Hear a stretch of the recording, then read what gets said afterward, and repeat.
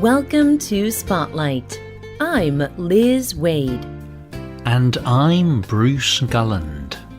Spotlight uses a special English method of broadcasting. It is easier for people to understand, no matter where in the world they live.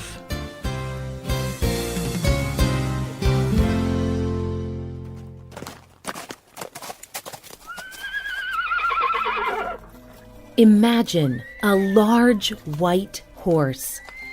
It has a long, pointed horn coming out of the middle of its head.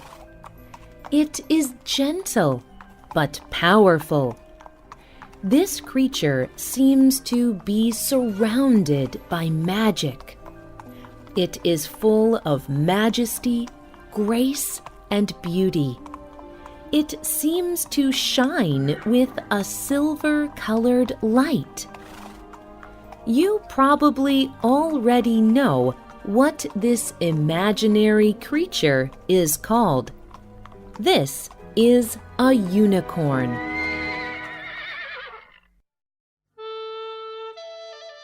Unicorns are the magical one-horned creatures from myths and stories. People often imagine unicorns that look like the description above.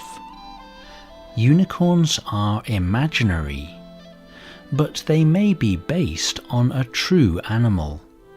Today's spotlight is on unicorns.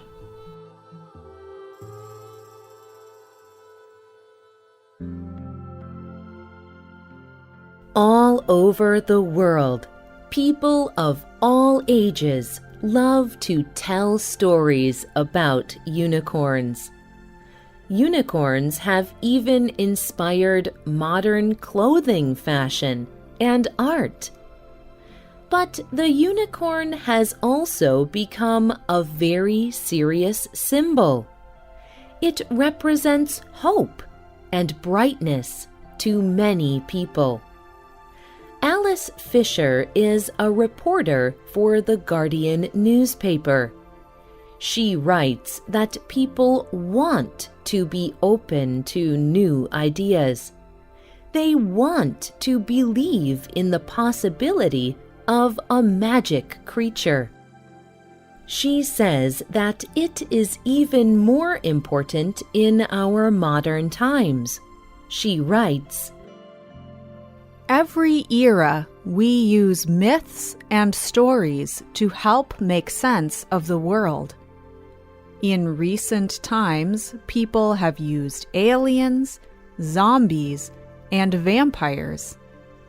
But in our uncertain times, we have chosen the unicorn, a symbol of hope and purity and strangeness." The unicorn is a modern symbol.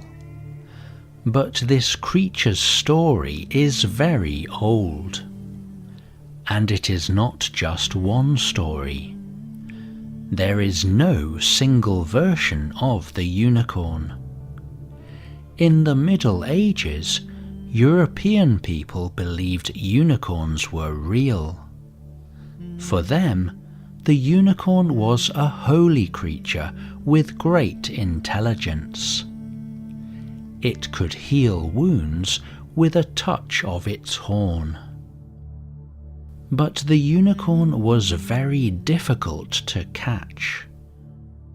Only a pure person could see a unicorn for more than a moment. There are stories of unicorns that come from before the Middle Ages. In fact, there is a version of the unicorn in most cultures. Pliny the Elder was a writer from ancient Greece. He wrote some of the first books on natural history.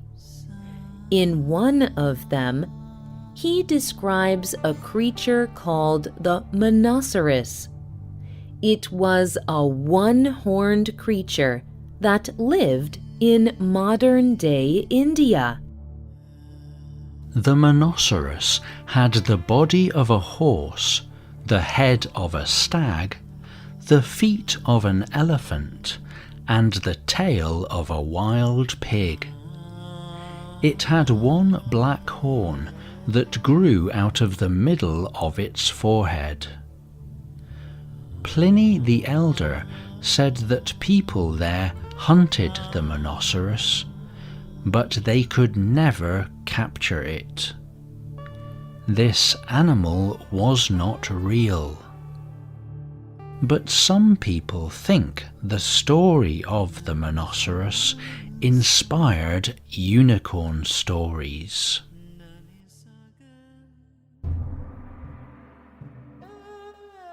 The ancient Chinese told of a creature similar to the unicorn. It was called the qilin. Some writers say it had scales like a snake, but it walked on 4 legs. It had hooves like a horse, and it had a single horn growing from its head. The qilin was very important in Chinese culture. It was very rare, so the people believed that the qilin was lucky. It only appeared when a great king or holy person was born. Like the unicorn, it was a very powerful magic animal. The stories are so similar that some Western people call the qilin a Chinese unicorn. But scientists have found evidence of a real creature with one horn. It was called the Elasmotherium. Elasmotherium was a huge creature that lived thousands of years ago. Scientists found its bones in modern-day Russia. Elasmotherium had long hair over its whole body, and it had a horn on its head the size of a person. It was a very powerful animal. People may have hunted them for food or their skin or horn. There are many other creatures like unicorns in stories from around the world. These stories are all similar. Some people believe that the unicorn may once have been a real animal, like Elasmotherium. People may have told stories about this real animal. Then, over time, the stories changed. People described the creature in more and more amazing ways. Over time, the unicorn creature of the story became different from the real animal. These stories had another purpose. Storytellers used them to teach lessons, and they shaped the animal to fit those teachings. Most people had never seen an animal like a unicorn, but it became part of a tradition. In this way, people did not forget the special power of these animals. Their power simply changed. In the modern world, most people do not believe they will ever see a creature like a unicorn. People are moving more and more to a scientific view of the world.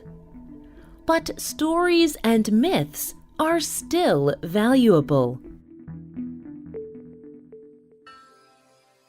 Joel Dubois is a professor at the University of California at Sacramento.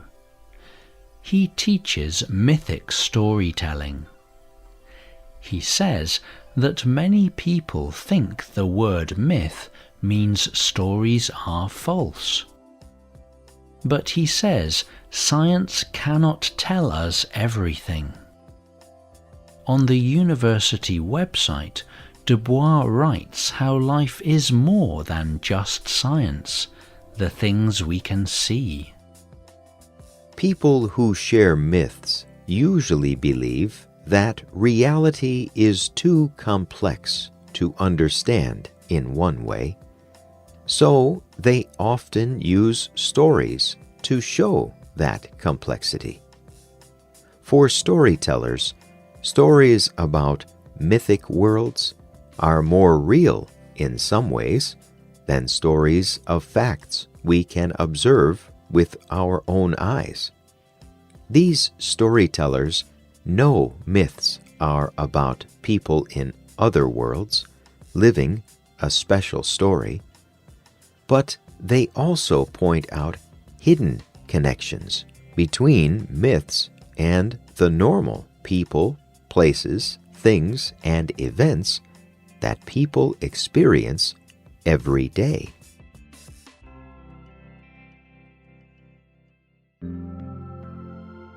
Myths and stories are more about people than the creature that they talk about.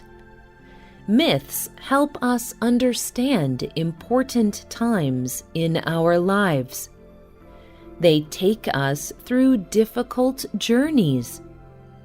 Myths can connect to people of any culture, in any time and place. The myth of the unicorn is one myth that will likely continue. It is a beautiful story in a troubling world. Do you have any myths in your family or community? What do they mean to you? Do you like unicorns? Tell us what you think. You can leave a comment on our website or email us at radio@radioenglish.net. You can also comment on Facebook at facebook.com/spotlightradio. The writer of this program was Dan Christman. The producer was Michio Ozaki. The voices you heard were from the United States and the United Kingdom. All quotes were adapted for this program and voiced by Spotlight. You can listen to this program again and read it on the internet at www.radioenglish.net. This program is called The True Unicorn. Look for our free listening app in the Google Play Store and in iTunes. We hope you can join us again for the next Spotlight program. Goodbye.